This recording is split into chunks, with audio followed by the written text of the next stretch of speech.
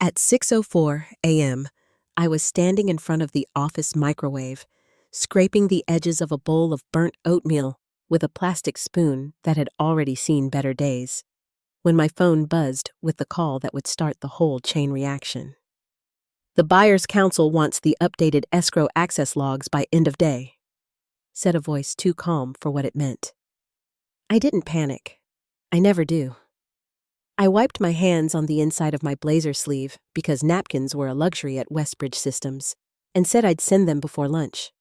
No assistant, no intern, no coffee-fetching newbie who thought Slack threads counted as strategy. Just me, Megan Holt, 43, oatmeal in hand, holding together a $142 million merger that could crumble faster than the granola in my breakfast. That was my life for 11 years. Quiet, clean, reliable. No inbox infernos, no half-baked innovation task forces. I ran escrow, compliance, and documentation with the precision of a surgeon and the patience of a saint. My systems were airtight because they had to be. When the marketing director forgot to renew a license, I'd already sent the extension. When a VP attached the wrong NDA, I'd corrected it, refiled it, and adjusted the timestamp so nobody looked incompetent. I was invisible by design. The kind of invisible that keeps companies running while everyone else is busy chasing buzzwords. But invisibility has a half-life, and mine was about to expire the moment Sierra Stanton strutted into the building. New president, MBA from a college where tuition costs more than logic. She arrived with a ring light, a cameraman, and a smile rehearsed within an inch of its life. Her first meeting was a visibility audit. Her second was a motivational speech that made the word synergy sound like a medical condition. When she finally made eye contact with me, it was the kind of look you give an antique chair. Sturdy, but not something you'd post on LinkedIn. "Hi, Megan," she said, over-articulating like she thought I had a hearing problem. "What would you say your visibility is, organizationally speaking?" I blinked once. "I manage escrow, legal coordination, and compliance for the merger." She smiled, tight and glossy. "Ah, okay. We'll circle back on that." 2 weeks later, she started rearranging departments like furniture, firing people who didn't align with the new culture, and renaming entire roles so they sounded sexier on a resume. Director of Operations became Strategic Synergy Partner. HR Manager became Chief Culture Catalyst. The only thing that didn't change was my job title. And that's because nobody remembered what I actually did. The irony was that the more flawless my systems ran, the more unnecessary I seemed. Sierra thought she was ushering in transformation. What she was really doing was tearing out the foundation while admiring the paint. But when you remove the beam that holds up the ceiling, gravity does the rest. 3 days after her grand entrance, she called a team realignment meeting. Not in the conference room, not on Zoom, but right there in the break room, next to the vending machine that ate quarters for sport, and the fridge that smelled like expired ambition. She climbed onto a chair, literally, and shouted over the whir of the soda compressor. "We're going to reimagine legacy roles to make room for high-impact leadership." Everyone turned toward me, not because she said my name, but because she didn't have to. I smiled politely, the same way I smile when someone says "circle back" unironically. The next day, she called me into her office, now decorated with a Himalayan salt lamp and a framed quote that read, "Boss, energy only." She gestured to the seat across from her desk. I stayed standing. "Megan," she began, "I've been reviewing the org chart, and I see a gap between your title and your impact." I stared. "I manage escrow and compliance for the merger. I'm the authorized escrow signatory." She tilted her head. "Right, but what's the energy around that?" The energy, I wanted to say, was, "Don't get us sued," but I just nodded. "So," she said, folding her hands like she was in a self-help commercial, Don't you think it's time to let someone else grow in that space? There it was, the velvet-wrapped dagger. I smiled. I'll prepare transition documentation. She blinked. So you agree? I'll do what's best for the company. Which was true, but not in the way she thought. Because I already knew something Sierra didn't. Buried deep in the Escrow governance agreement, paragraph 18, Appendix C. One clause still carried my name. Primary escrow signatory, Megan Holt. Reassignment required 5 business days of legal certification, and Sierra hadn't filed a damn thing. I went back to my office, corner room, technically, though the view was mostly a dumpster and a chain-link fence. Closed the door, pulled up the merger documents, and read them line by line, the way you read an obituary you secretly helped write. There it was, Clause 8.3, the line that said, primary escrow authorization shall remain with Megan Holt unless reassignment is filed in accordance with Clause 8.3 of the Escrow Governance Agreement, subject to a 5-business-day certification period. I smiled to myself. They could take my title, but they couldn't take my signature. Not without paperwork. I made a backup, printed a copy, slipped it into a folder labeled Home Budget 2017 because no one ever checks old finances. Then I sealed another copy, dropped it into a manila envelope addressed to my lawyer with one handwritten note, in case of stupidity. After that, I went home and baked lemon bars, because revenge tastes better with powdered sugar. By the time the quarterly meeting rolled around, the company was buzzing like a hornet's nest. Sierra had rented out a hotel ballroom, the kind with chandeliers dim enough to hide guilt and chairs designed by people who hate posture. The agenda promised transformative organizational updates. That's corporate code for somebody's about to get publicly sacrificed. I wore my usual navy blazer, buffed my flats with a tissue, and sat near the back, close enough to hear every word, but far enough to disappear if needed. Sierra took the stage like she was auditioning for a TED Talk nobody asked for. Her smile was blinding. Her words rehearsed. We're entering a new era of collaboration, innovation, and visibility, she said, stretching that last word until it sounded like a threat. Then she said my name. Megan Holt has been with Westbridge for over a decade, she began, all syrup and sympathy. For one naive second, I thought she might actually recognize me for keeping her merger from collapsing like a flan in a cupboard. But then came the real line.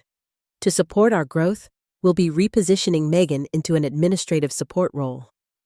The air thickened. Not gasps, just a ripple of discomfort that ran through the crowd like static. Someone coughed. Someone else stopped chewing. Even the catering trays seemed to sag. I stood, smiled the kind of smile that could pass for grace or fury, and nodded once. Thank you, I said quietly. Then I walked out. My heels clicked against the marble floor, echoing through the silence. Back in my office, I packed slowly, one framed photo of my old dog, a mug that said, I'm silently correcting your compliance errors, and a small pothos plant that had survived 5 budget cuts and a power outage. I slipped the USB labeled Escrow, do not delete, into my bag. My hands were steady, my heartbeat calm. I didn't slam doors, didn't cry.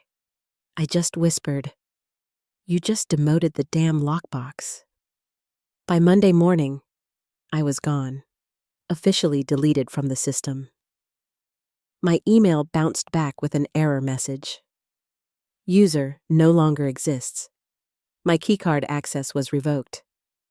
They'd already reassigned my office to some guy named Travis who couldn't tell a regulatory filing from a recipe card.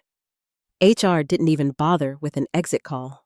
So I sat at my kitchen table, coffee in hand, rain tapping the window, slippers on, and thought, this is what it looks like when they think you're done.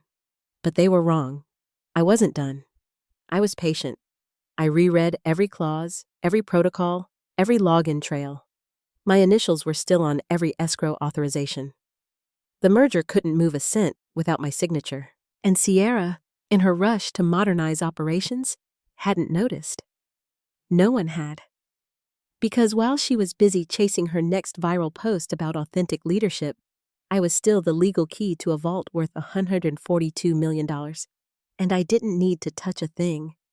I just had to wait for them to realize it. For 3 days, I did nothing but drink coffee and let the silence work. No calls, no emails, no updates. I wasn't ignoring them. I was studying the shape of their panic before it even started. The escrow process was a slow machine, deliberate, procedural, and utterly unforgiving. It didn't care about titles or TED Talk energy. It cared about signatures, timestamps, and legal verification. And every single one of those still pointed to me. I opened my home laptop, logged into my private backup drive, and checked the audit trail. The dashboard blinked back with a calm indifference that felt almost smug. Primary escrow signatory, Megan Holt. Status, active. Reassignment, pending. That word was a blade wrapped in velvet. It meant they'd tried to update the records, but hadn't finished the process. I smiled, sipping hazelnut creamer like it was champagne. Meanwhile, Sierra was flooding LinkedIn with her trademark optimism. Big week ahead for Westbridge. Honored to lead this next phase of growth with a powerhouse team. The photo showed her and the new director of strategic operations clinking coffee cups like they'd cured cancer. His name was Blake Rowe, a man who once asked me if a retention clause had to do with employee turnover.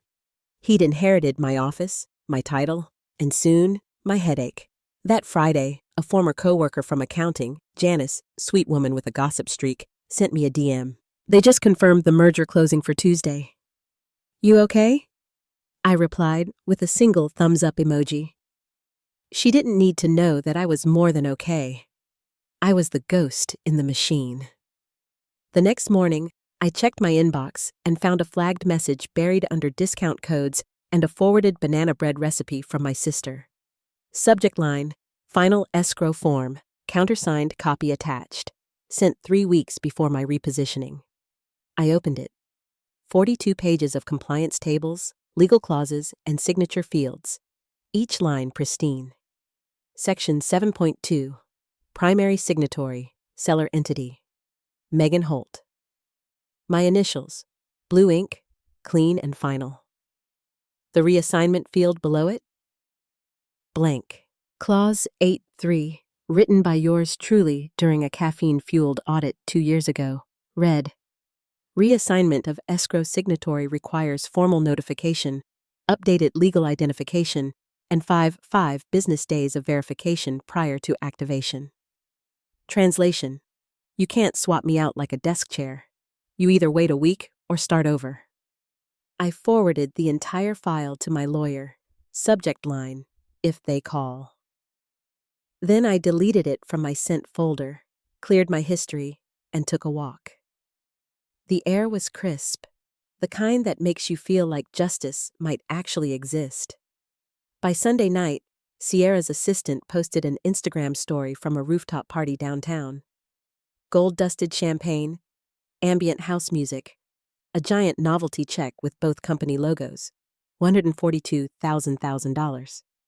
Hashtags, merger life, women who win, aligned, and thriving. I watched the story twice, then set my phone down. They were celebrating the deal that couldn't close without me. The irony was almost poetic. Monday morning, 8:47 a.m., Sierra was mid-selfie with Blake when her phone buzzed. She laughed, expecting confetti emojis from investors. Instead, she froze mid-laugh. The text came from the buyer's CEO, a gray-haired, no-nonsense man who probably hadn't smiled since dial-up internet. The message was one line. Where's the primary escrow signatory? No emojis, no punctuation. Just that question, heavy as judgment. Sierra's smile evaporated. Blake leaned over her shoulder, trying to read the screen. The chatter in the room thinned into silence. Someone from the buyer's legal team spoke up over speakerphone, voice tight. We can't release funds without the verified signatory. Who's authorized on your end? Back at my house, I stirred sugar into my coffee and looked out the window. The neighborhood was calm. The sky, pale blue. My phone buzzed again, 15 times in 2 minutes. I didn't check. Instead, I whispered, "Let's see who remembers my name now." Because the truth was finally catching up to them. They'd built an empire on visibility, and they forgot who held the keys. Downtown, chaos was starting to bloom in suits and silk blouses. The boardroom that had once buzzed with confidence now pulsed with dread. Sierra stood frozen at the head of the table, phone still in hand, as the buyer's CEO's message echoed in her skull. "Where's the primary escrow signatory?" she muttered under her breath, voice cracking around my name like it hurt to say it. Her assistant, pale and shaking, started frantically flipping through the compliance binder, nails clicking against the tabs. "It should be here. It says Megan Holt on every document, but she's been reassigned," Sierra snapped. "It's just a paperwork lag," except it wasn't. The buyer's counsel, a man whose tie probably cost more than my monthly mortgage, leaned forward. "Then file the reassignment. We can't move funds without verified authorization." Sierra's throat tightened. "That shouldn't take long, right?" He frowned. "How long ago did you file the transition?" No one answered. The air in that room thickened until even the sound of a pen dropping felt like thunder. Then one of the legal aides, young, trembling, still clinging to optimism, found the clause. Section 8.3, Escrow Governance. She read it out loud, her voice shrinking with every word. "Reassignment of escrow signatory requires 5 business days of verification prior to activation." The room went silent. Someone whispered, "So, she's still the signatory?" Another replied, "Legally?" "Yes." The buyer's CEO exhaled hard through the speaker. "Then the deal is frozen until she signs." Back at my house, I was sitting cross-legged on the couch, wrapped in a gray robe, my laptop open but untouched. My dog, a small rescue mutt named Cooper, snored at my feet. I lifted my mug, the one that read, "I'm not arguing, I'm explaining why I'm right," and took a slow sip. The coffee was lukewarm, but the satisfaction was perfect. My phone buzzed again. Sierra's number. I let it ring. Then again. Then again. She left a voicemail, her voice trembling through layers of forced calm. "Hey, Megan. Just wondering if you're available to hop on a quick call regarding signature logistics. Hope you're well." She even used a smiling emoji in her text that followed. That woman could probably brand a disaster and call it growth. 10 minutes later, another message came through. "Megan, please. It's urgent. We need to close today. This affects everyone." Then, "If you'd like to discuss reinstating your role, I'm open to that conversation." And finally, desperation stripped of corporate polish. "Answer your phone, please. I'll fix it. Just help me." I waited another 20 minutes before replying. Just one line. "Per policy, signatory reassignment requires 5 business days." Silence on her end. And then, somewhere downtown, I imagined the sound of Sierra's patience cracking like glass. By 9:01 a.m., the deal was officially dead. The buyer's CEO ended the call with clinical precision. "We're postponing indefinitely. There are material compliance irregularities." That was corporate speak for you screwed up in front of money. He didn't yell. He didn't threaten. He just hung up. The sound in that boardroom must have been unreal. Papers shuffled. Chairs scraped. One VP, probably the same guy who once called me support staff, reportedly dropped his pen, stared into space, and muttered, "Oh my God." Someone else began whispering about liability exposure. A third person tried refreshing the escrow dashboard, as if the outcome might change if the page loaded faster. Sierra stood there, eyes glassy, fake confidence peeling off like cheap varnish. Finally, one of the older board members leaned forward, his voice low and heavy. "You demoted the only person who could close this. There it was, the line that would follow her forever. I wasn't there to see it, but I didn't need to. I could feel it. The stillness, the disbelief, the unraveling. Every quiet woman who'd ever been talked over in a meeting could probably feel it too. Because while Sierra was chasing spotlight, I was writing the script for her downfall, clause by clause, signature by signature. By the time the boardroom finally stopped buzzing, Sierra looked like someone who'd seen her reflection and didn't recognize the person staring back. Her perfectly pressed blazer had wilted, her mascara had smudged into gray half-moons, and the boss energy-only confidence had evaporated into nothing but sweat and silence. Blake, the new director of strategic operations, sat beside her, staring down at the table like it might swallow him. He tried to mumble something about process improvement, but no one listened. Across the room, the buyer's legal team began packing up. They didn't shout. They didn't argue. They just started closing laptops, one by one. The sound of magnetic clasps snapping shut punctuating the air like small gunshots. The buyer's CFO, a lean man with silver hair and zero tolerance for incompetence, stood, adjusted his tie, and said flatly, "We'll revisit in the next quarter, if your governance team still exists." Then he left. No handshake, no goodbye. Just gone. The directors looked at Sierra like she'd personally unplugged the company's oxygen. One of them, a gray-haired veteran named Clive Morton, finally broke the silence. "You demoted the keyholder," he said quietly. "You built a merger on her documentation and never checked the locks." Sierra tried to speak, but her voice came out thin. We can recover." The words cracked mid-sentence. Blake nodded furiously beside her, as if enthusiasm could undo legal structure. "Maybe if we call her back." He started, but the glare that swept across the table stopped him cold. The VP of Finance muttered, "You think she'll take your call now?" Back at my house, the world was the exact opposite of that panic-soaked boardroom. The sun had climbed high, slicing through the curtains in soft gold streaks. Jazz played low from the radio. Miles Davis, smooth and slow. I was still in my robe, that same chipped mug in hand, watching Cooper wag his tail in his sleep. Peace had texture. You could feel it. My phone buzzed again, a number I didn't recognize this time. I flipped it over, screen down. If it was important, they'd email. They always did.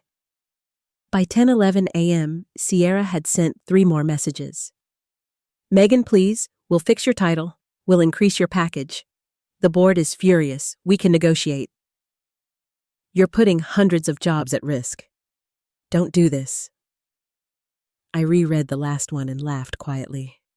Don't do this, as if I were the one pulling the plug. I hadn't sabotaged a thing. I'd simply stepped aside and let the machine prove who kept it running. I typed one sentence back. "Per your prior statement, I've already been repositioned. Good luck with the merger." Then I turned off notifications. At 11:02 a.m., Westbridge Systems went into what the SEC would later classify as a temporary transactional hold.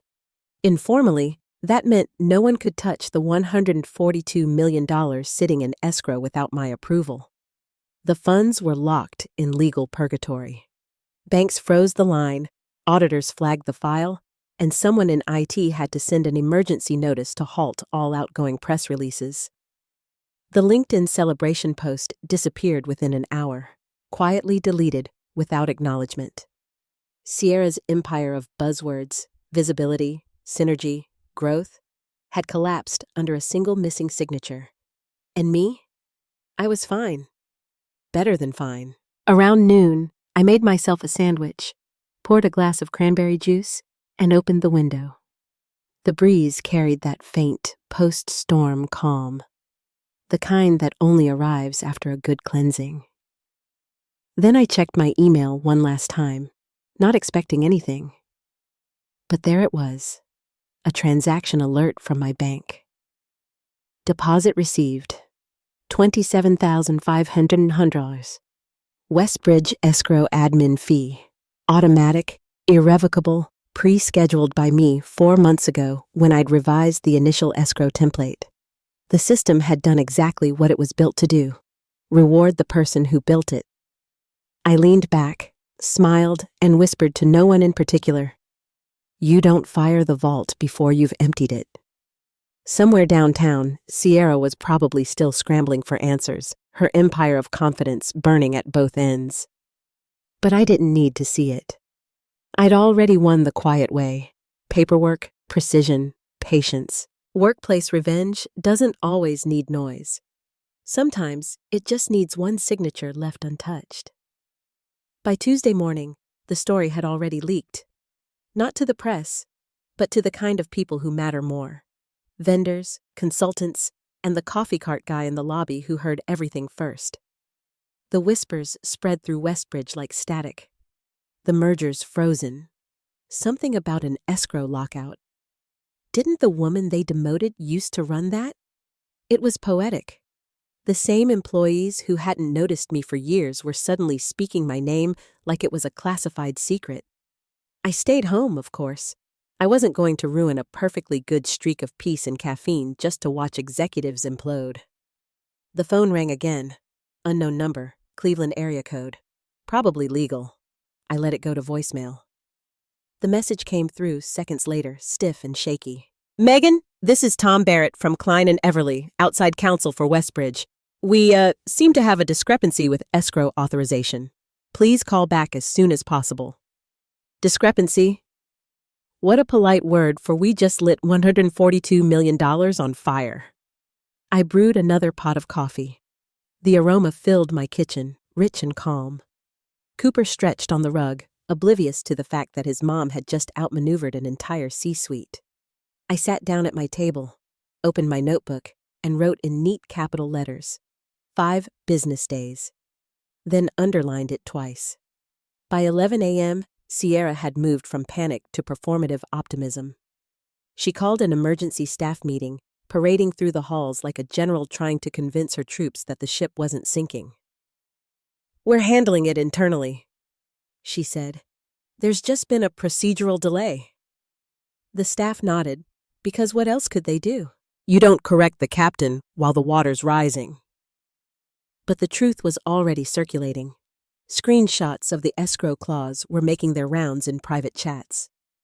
Someone in accounting even forwarded the section header to a group thread labeled "Hacked Governance, Oops."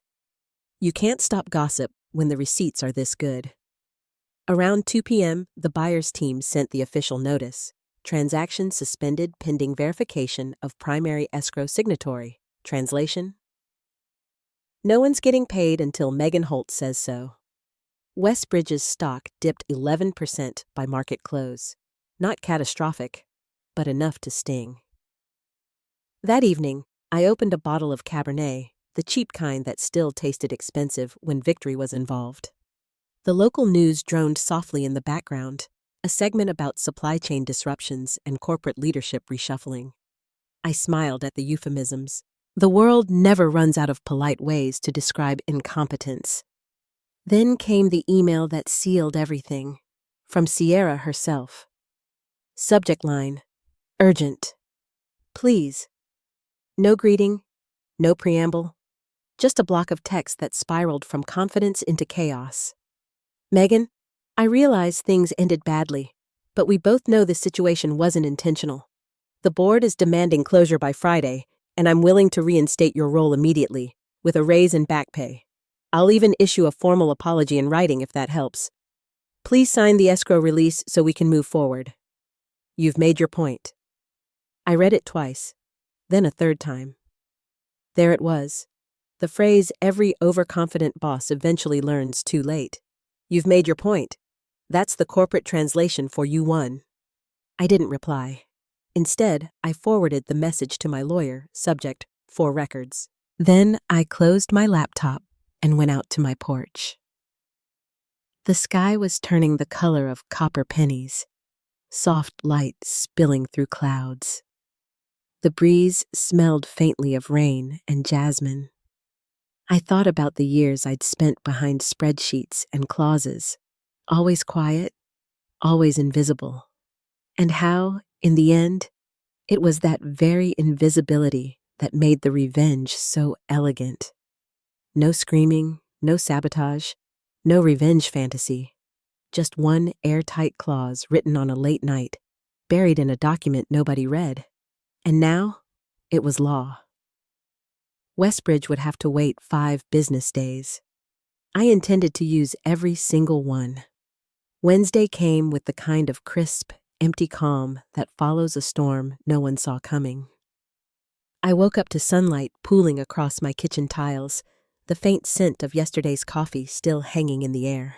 Cooper stretched, yawned, and looked up at me like he already knew. The world outside was probably on fire again. I poured myself a cup, stirred in cream, and scrolled through the morning headlines out of habit. Nothing public yet. Westbridge was still pretending everything was fine. But I knew better. Panic has a quiet frequency, and I could already feel it humming through the corporate web. I logged into my personal email. Dozens of unread messages, lawyers, consultants, ex-colleagues who suddenly remembered my name. One subject line caught my eye. Escrow clarification. Immediate assistance requested. It was from the buyer's senior legal counsel. I clicked it, and there it was. Polite desperation dressed in legal formality. Ms. Holt, as you remain the verified signatory on record, we request confirmation of your willingness to execute the release authorization. Please advise at your earliest convenience. I smiled. It wasn't vindictive, just satisfying. For once, they were addressing me correctly, not as background noise, not as a legacy employee, but as the hinge on which their multi-million-dollar deal turned. I replied with one line. Per clause 8.3, verification period remains active until Monday. No further action required. 5 minutes later, my phone rang again. Same area code. I ignored it. I wasn't cruel, but I was thorough. They'd written the rules. I'd just followed them. Meanwhile, downtown, Sierra was in full meltdown mode. I knew because Janice, my unofficial informant from accounting, sent me a play-by-play text chain that could have been a one-act tragedy. Sierra had locked herself in her glass office, pacing, phone glued to her ear. She'd called the board chair twice, legal 3 times, and HR once to draft communication language in case the press caught wind. By afternoon, she'd resorted to bargaining with IT, demanding they force override the digital authorization key. The IT lead, a guy who used to bring me extra USB drives because he knew I labeled everything, apparently told her, "Ma'am, you can't override a contract."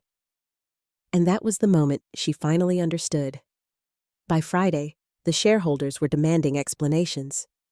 A few even called for an emergency board session. Sierra arrived with her smile fixed back in place, the same way a child might tape together a broken toy. She tried to frame the collapse as a short-term procedural delay. But someone, probably Clive, the gray-haired director who still believed in accountability, cut her off mid-sentence. "You demoted the escrow officer without filing a reassignment," he said. "That's not a delay. That's negligence." There was a pause, the kind that reshapes a career. Then, in that polished boardroom, with every eye on her, Sierra said the only thing she could. It won't happen again. It wouldn't, because by 5 p.m., her badge access had been revoked. HR called it a mutual separation. Everyone else called it what it was, inevitable. That same evening, I received another email from Westbridge HR, short and sterile. "We'd like to discuss your potential reinstatement in a leadership capacity." I laughed out loud. Leadership. After 11 years of being invisible, they finally noticed the quiet woman with the oatmeal spoon. I didn't respond. Instead, I poured a glass of wine, stepped onto my porch, and watched the sky burn orange as the sun disappeared behind the trees. Cooper curled up beside me, tail flicking lazily. I took a slow sip and whispered to the wind, Let them rebuild, just not with my blueprints. The next morning, the escrow verification period ended. I logged in one last time, confirmed the file was closed, and transferred final custody to the buyer's legal team. It was clean, precise, done. An hour later, another alert hit my inbox. Deposit received, $27,500. Final escrow administration fee.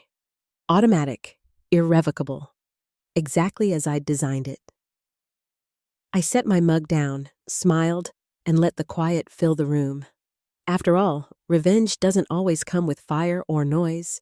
Sometimes it's just the sound of a system working exactly as you built it, and the satisfaction of knowing they finally realized who held the keys all along.